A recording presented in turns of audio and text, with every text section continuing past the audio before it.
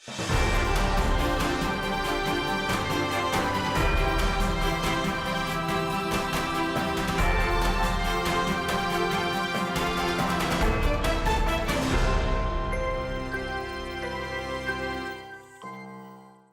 is the third age? Many people ask.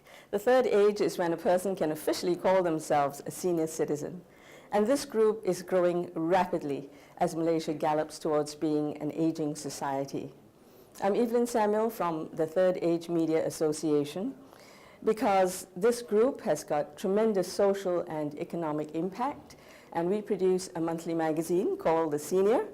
And we have our senior people here today to interview the world's oldest elected leader, who is also Malaysia's Prime Minister, Tun Dr Mahathir Mohamad. Conducting the interview today are the founding president of the Third Age Media Association, Mr. Chia Tak Weng, and the editor of The Senior magazine, who is Datuk Muslim Ayu.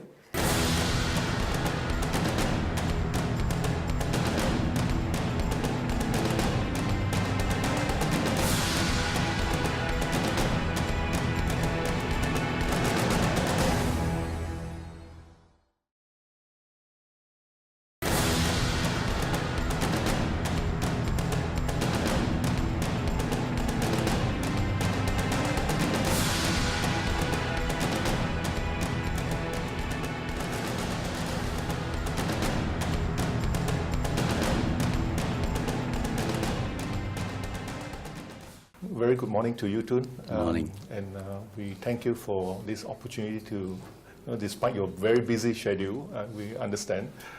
So we are very grateful. Myself and Datuk Muslim, I'm Mr. Chia Tak Weng, and Datuk Muslim, he's our editor for our magazine. We are from the Third Age Media Association for KL and Selangor. And my first question to Tun would be, that Malaysia will be reaching an aging nation soon. In 2020, we will be having something like 3.6 million of people above 60 and above. And 2040, we will be reaching something like 8.2 million. It's expected, these are the numbers. So what are the plans government has for this group of people which is growing rapidly now? We have been adjusting the age of retirement because people now are more healthy, and even after the retirement age of 55, they are still able to work and function well. So that has been adjusted to 60 now. And in many countries now, they don't have a retirement age. For as long as you can work, you work. So that means that old people will be able to continue earning a living and not be dependent upon pension.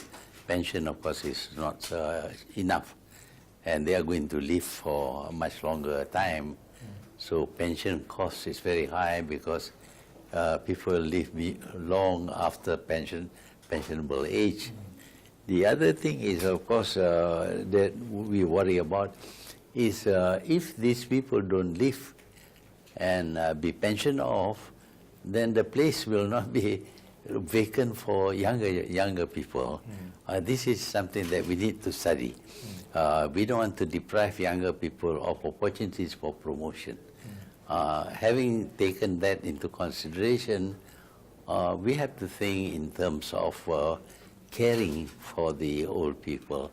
Normally, old people, families like to leave old people in homes and all that. It's not very good for the old people, but we need to have some facilities to take care of old people, especially as when they cannot function well, they become senile and all that. So these are big issues that need to be tackled systematically. So just like the Council of Eminent Persons, I mean, they have so much to contribute to the nation. Now, there are seniors who are like that currently, who are able, willing, and committed, and they are still very healthy. No, we always complain about shortage of English teachers, for example. Why not we tap into this group? I mean, who are they are passionate about the work. It's not about the money. So they are willing to give to the nation. Yeah. So can we provide a platform for this group? Yeah, we have stopped using English as a medium of instruction for a very long time. So those who are familiar with the English language are now very, very old, unable to function well. Also, their numbers are very small, so we cannot really depend upon them. But we may be able to depend upon them for certain programs that will have to be thought out. But the old people must be kept busy. They must do something. I believe that if you retire and you just don't do anything, you will soon, fade away. Yep. See, so we must find some things for the old people to do, or even to entertain them. See, this is where the social workers need to study the needs of old people. Yeah, especially, I mean, if they don't do anything, they are mentally not engaged. They tend to fall sick very quickly, and this will add to the medical cost to the government. Right. So that's why we need to really get them into good health. We know that nowadays we have families struggling to take care of their parents. What is your advice to, especially to these seniors who cannot take care of themselves, and parents? I mean, the children are also not taking care of them. They also don't have enough savings and whatnot. So, what is your advice to these people? In the first place, we should delay the age when you become senile and unable to look after yourself, and that can be done by keeping people active after being pensioned off. The tendency is, of course, for them to just do nothing, and that is bad, because when we do nothing, we don't exercise your muscles, your body, and you don't exercise your mind also. When the mind is not exercised, it behaves in the same way as the muscles. The muscles regress, the mind also regress, and then you become quite useless. That is why it is important to get them to actively participate in talks, discussion, group discussion and all that, so that they will exercise their mind and they will talk about things, their observation of things. This is good for the mind. And the tendency is to feel weaker and weaker, and you want to sleep. When you sleep, of course, the muscles do not function, and they begin to become very weak. And as they become very weak, you have a tendency to sleep more. And so you regress both in mind and body. So that is my belief. It's not backed by any scientific studies, but that is my observation since I was practicing as a doctor many, many years ago. That it is important to be active. You see, so the society must create means by which they can be active, participate in certain things, do charity work or whatever.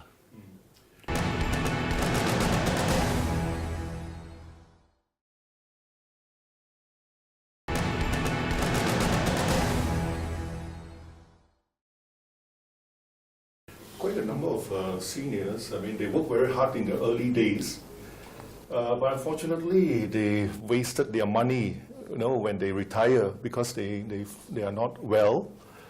They pay a lot of hospital bills and to see doctors and whatnot. So do you think it's important that seniors must also have some form of Medicare, that when they can start contributing when they are young, so that they are insured? Yeah. Well, that is something that will happen eventually, because most developed societies have got some funds to help old people, people who are unable to earn a living and who needs to be taken care of. That thing can be done by way of insurance contributions while they are still working. It's almost like the EPF, but the EPF, I think the amount is not very much, doesn't last very long. And on the other hand, old people tend to live longer now. So that is, again, an area that we have to study what other nations do, especially the developed nation, because we are going into that area where there is an aging population. So how do you look after them? It's not just a question of giving accommodation. We need to keep them active, because if they're not active, then they sort of fade away.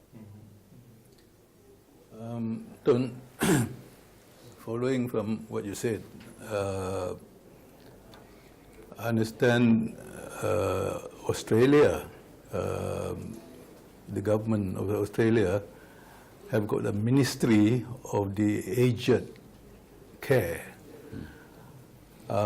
Before it was part of the Ministry of Health, but since 2008, I think they have turned it into a full ministry with a minister to look after the aged. Shouldn't we be thinking in that line? Yeah, we should be thinking. I think it is not as urgent for us as it is for the old communities of these older countries. We are still quite a young country. But gradually we are moving into this old age problem, and we have to study what other people do to get some ideas, so that when we can afford it, the important thing is that whether you can afford it, because what will happen in any society with an aging population is that the younger people must make more money, and they will have to pay taxes. Then the government will have the money to look after the old. Because families, children, grandchildren do not like the idea of having to look after very old people, especially when they are senile. They like to put them in old people's homes and all that. And that is traumatic for the old. So as far as possible, we should try to get the family to continue looking after the old people, and maybe with some government support. Yes, the third age people with this, in other words, having reached 60, you enter into the third age until you pass on. So these people can still contribute, and as you said, if they contribute, they can also be paying taxes instead of just burdening the young people to pay taxes to support the old people. So their energy and their experience and their knowledge should be harnessed again, and so in that sense, there is a need to really look into that area by some organization within the government, of course, with the support of the the third age organizations like ourselves and all that. Well, I said just now, we have raised the pensionable age from 55 to 60. That takes care of another 5 years of these old people. As again, in many countries, they don't have a retirement age. They continue working for as long as they can continue working. That is another way for keeping them still active, earning an income for themselves, so that they can look after themselves. That is some way. But not everybody can do that. There will be some who will be prematurely old, and for them there is a need to look after. So some form of government support will have to be devised. But government support depends on government finances, and government finances depends upon taxes that are being paid largely by young people. So you cannot avoid that, because young people have an obligation to look after their old people, but they are not up to it, and they expect the government to look after their old parents, so they must contribute towards that. So what they are paying by way, say, some funds like the EPF, but mainly in the form of taxes to the government. The government, as you know, has created SWAP, which is a fund for old age pensioners. That may be extended to cover more people at an older age.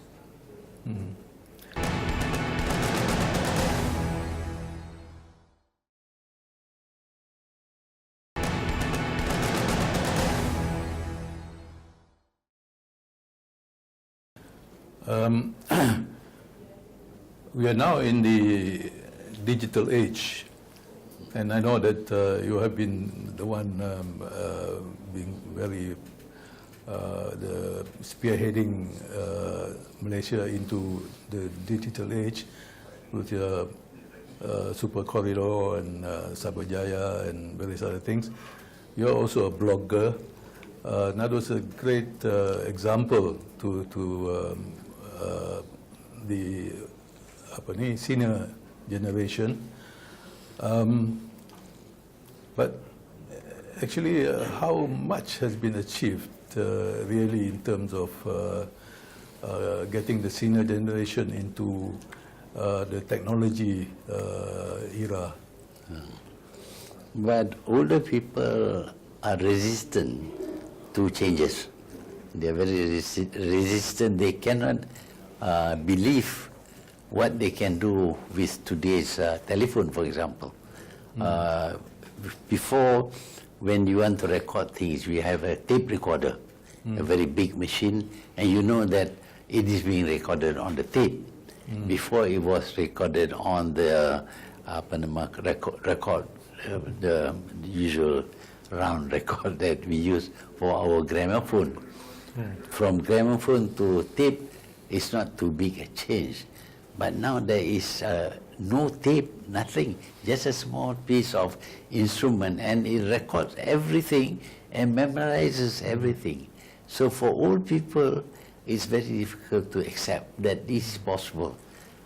So we need to retrain old people to accept new technologies, so that, especially those relevant to management of old age. For example, if they cannot move, now we have this signal or bell which is not connected to any wire. You see, so he can call for help as quickly as possible. And there should be some modification of designs for our toiletries and all that, so that they fit with old age. As you know, for disabled person, the toilets now have got these rails that you can hold on to. So this is looking after the disabilities of old age, and that will reduce their need to always depend on other people. They can do still a lot of things. For example, they want to move in the supermarket, you can have a wheelchair that is controlled by electricity, and all you have to do is to press a button and you can turn corners and all that. Yeah. So all these things are devised to cater for old age. And with the technology that we have now, I think we can provide a lot more to ease the life of old people. Now you can even, talk to a machine and the machine will respond. If you can't move, you can talk. If you can talk, but you can't move, but you cannot talk, then you can make use of your fingers. Even your legs can be used. Yeah. Digital technology is supposed to go make the general paperless society. In other words, no more paper. We save the forests, save the trees, and all that. But actually now, I noticed that the need for paper seems to be increasing. For instance, for our magazine,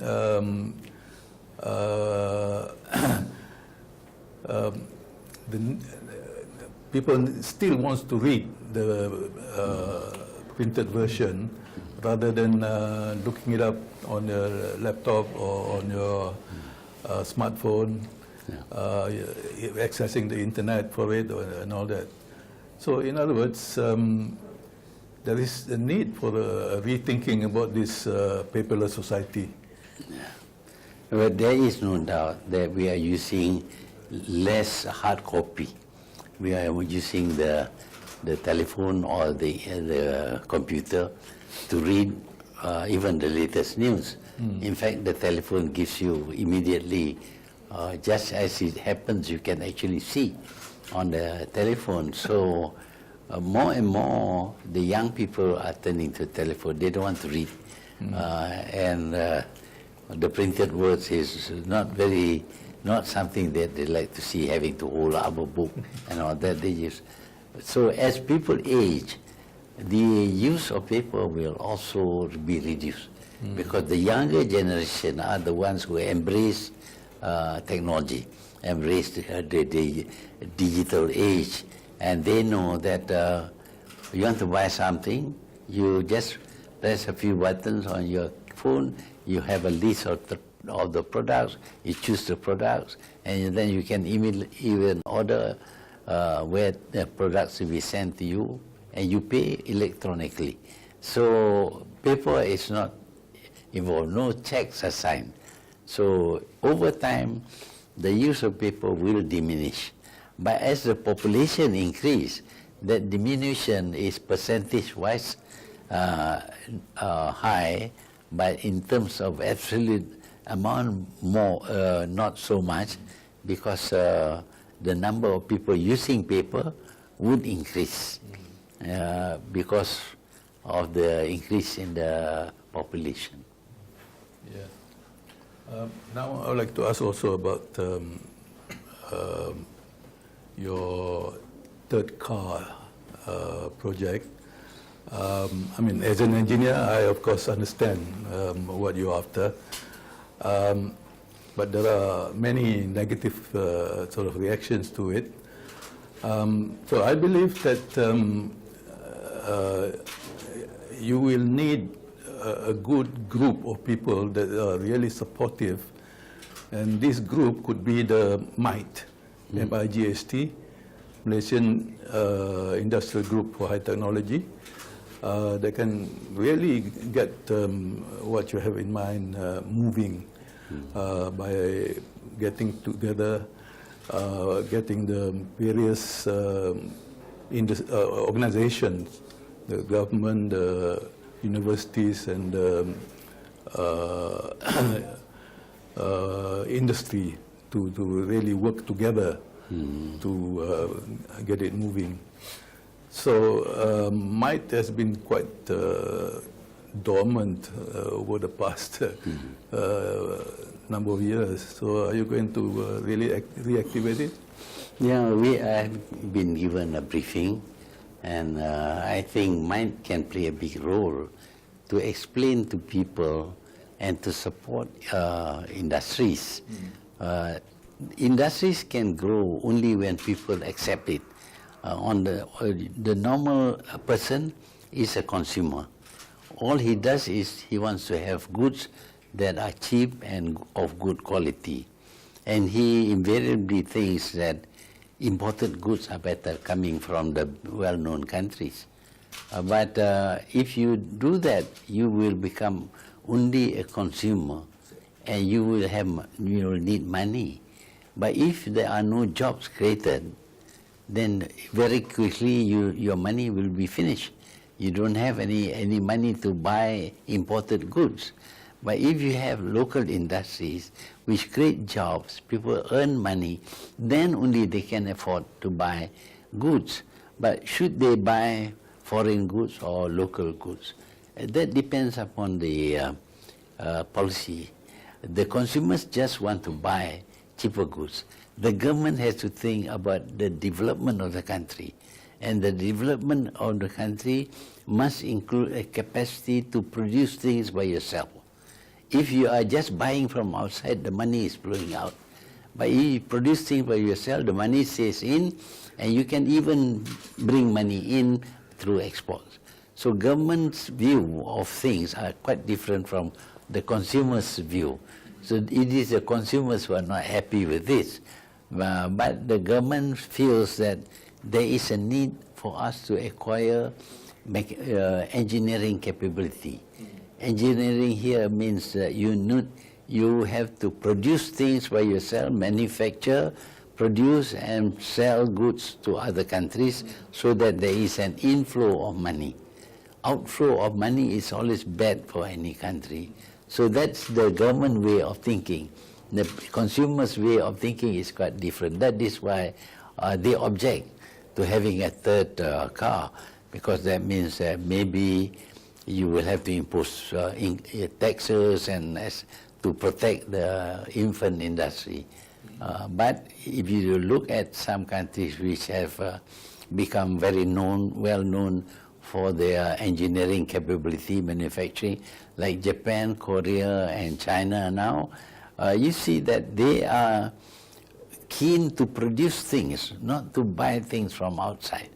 They want to produce things and export what they produce to earn more money, inflow of funds. So those countries have made progress. The countries we say, well, we cannot do this thing, we better buy from others, they will never make progress.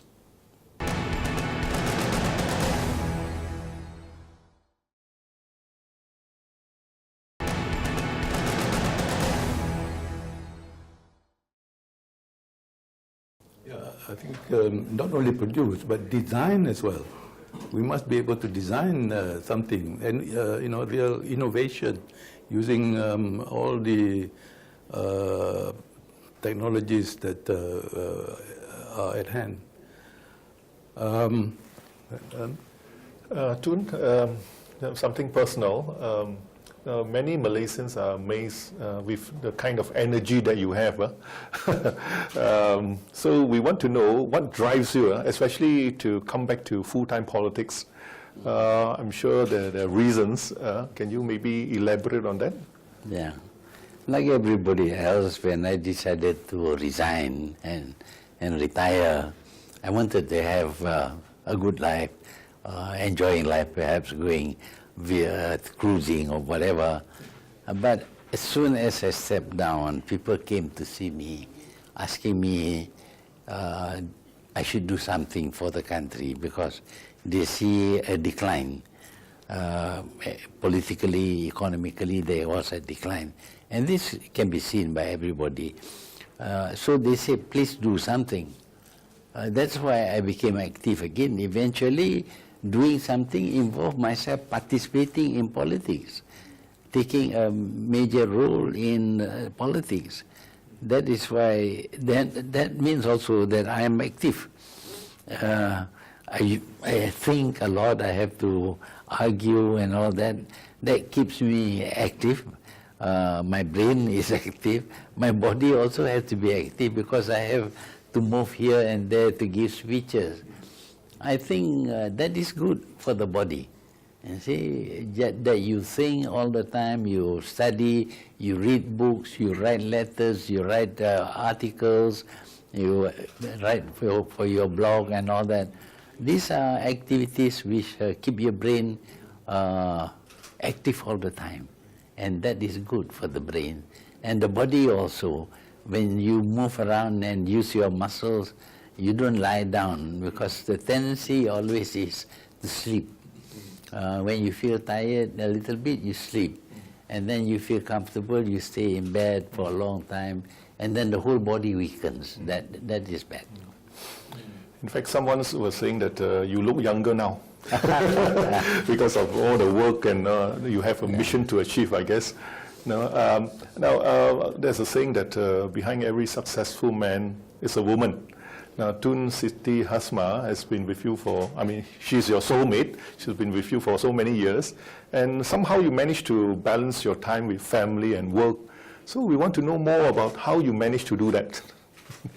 Yeah, my wife always says that behind every successful man, there is a wife, not just a woman. She objects to that. But I think we learn to be tolerant. At first, of course, when we were young, we have differences, tensions and all that. But as you grow older, you realize that you cannot change your partner very much, and she cannot change me very much. And we learn to accept that this is what the person is like. You have to be tolerant. If you are tolerant, then you can be together. So I spend my time mostly in politics. She accompanies me, although she's not involved in politics. She accompanies me, and if I have to leave her because I have some, she tolerates it. On the other hand, I tolerate her certain idiosyncrasies that she might exhibit. So I think there is a need to be tolerant, and I think there is a need to consider the feelings of your children. You know, it's a disaster for the family when the parents separate and marry again and all that. The children will never have a good life. So you have to feel concerned for your children. Yeah, you have been very successful in raising your children. They are all very successful people. And so what sort of values do you think is important? Especially nowadays, a lot of young people are always pursuing wealth, neglecting business ethics, So I feel that, we feel that through the education system, we have to inculcate values like on the old days when you have filial piety and all this, which is very important. Otherwise, the young people will lose track of what is good values. And that's why a lot of parents are being abandoned. What are your views on this? Yeah, I'm very concerned about values. I believe that it is values which determine whether a person succeeds or fails, whether a country succeeds or fails. It is the value system. Physically, we are all the same. In terms of our capacity, there's not much different. But the values determine how we behave, how we do things and all that. In the old days, of course, values are implanted in children by the parents. But nowadays, parents are too busy. Mother and father will be working, no quality time spent with the children. So the implantation of values must be done at the school level, even at the kindergarten level, because when they are young, they are more receptive. So if we have a good program to implant in our little children the good values, then they will grow up to be, morally correct. They show respect to old people, to their parents and all that. And I think they will become people of good character who are most likely to succeed. For example, the need to work hard. This is very important. People are not stupid. It's just that they don't do any work, and of course they don't produce anything. But I have always watched the Japanese, for example. After the war, they recovered very quickly, And the reason is because they have a great pride, a sense of pride for their own country, and a sense of shame. If you do something that is bad, you feel ashamed of yourself, including committing harakiri, if you fail. So they want to avoid feeling ashamed of themselves, which means that whenever they do something, they want their product to be recognized by people as good product, quality product. Then they will feel proud. But if they produce things that are of poor quality, then they feel ashamed of themselves. So these are values which we have to implant in our children at a young age. And since the parents cannot do that anymore, we have to have this in the schools. So in the schools, we are going to change some of the curriculum in order to include some kind of shaping of the character of the people at a young age. Of course, some people may say this is a kind of work camp and things like that, or you are trying to brainwash the children. But we are all being brainwashed. We are brainwashed by our community, by our parents all the time. And when you are washing the brain in a good way, I think that should be accepted.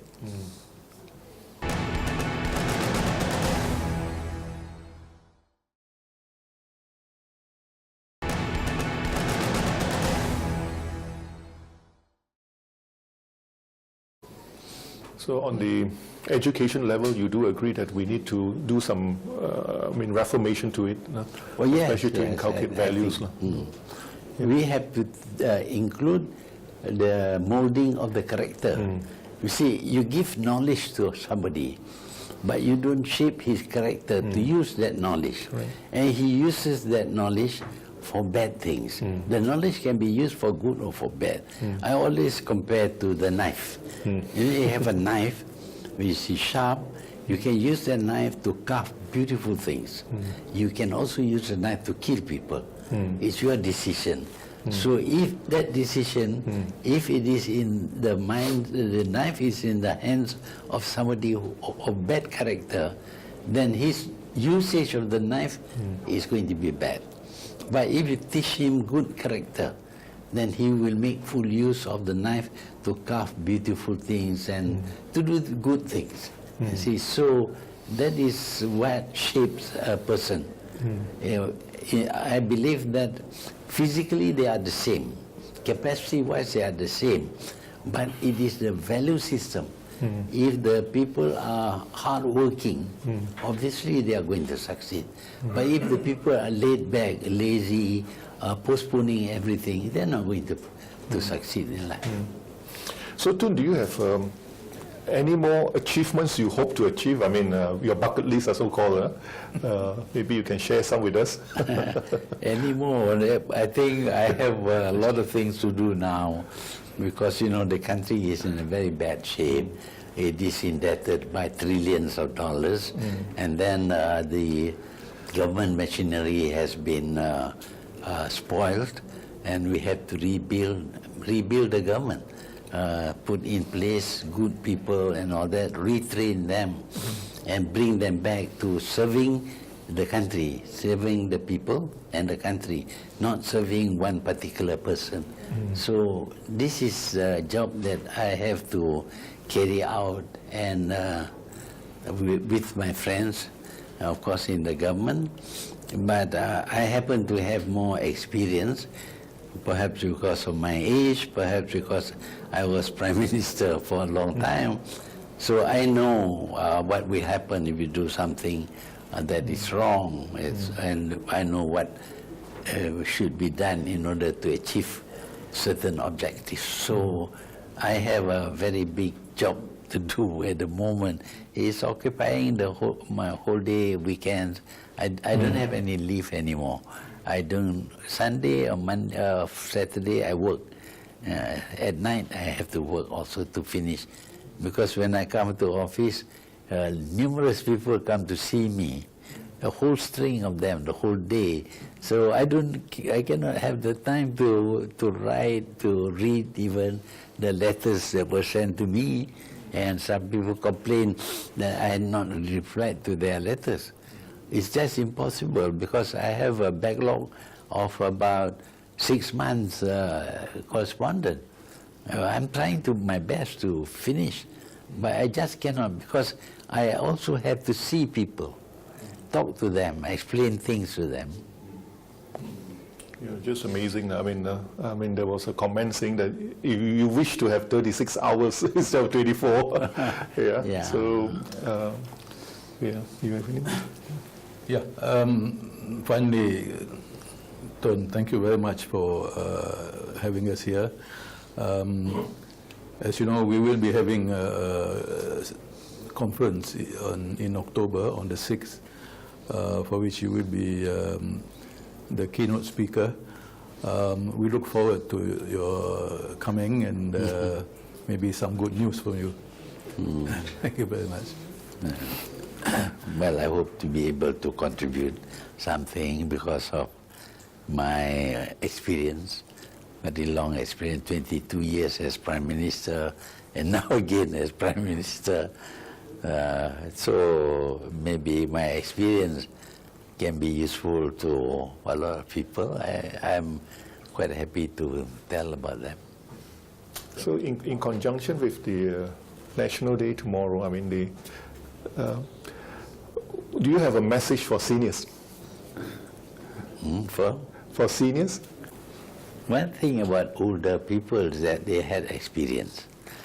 Young people have got ideals. Old people have got experience. You cannot just be based on experience. You cannot just be based on ideals.